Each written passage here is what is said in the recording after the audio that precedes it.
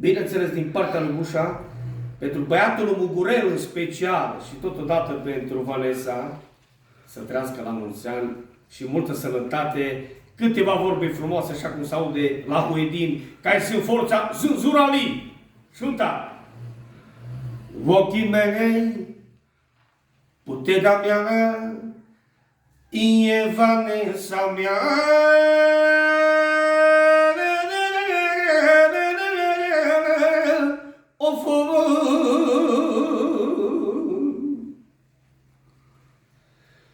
Ia mie, Doamne, ce vrei,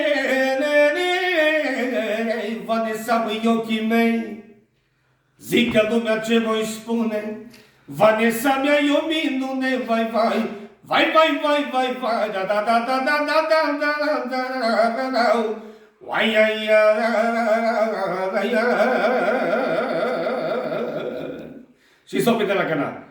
Șai cavetul barbalo, da, da, da, da, da,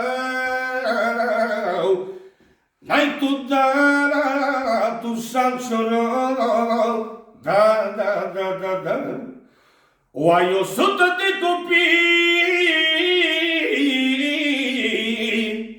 Vanessa mea, tu vei fi.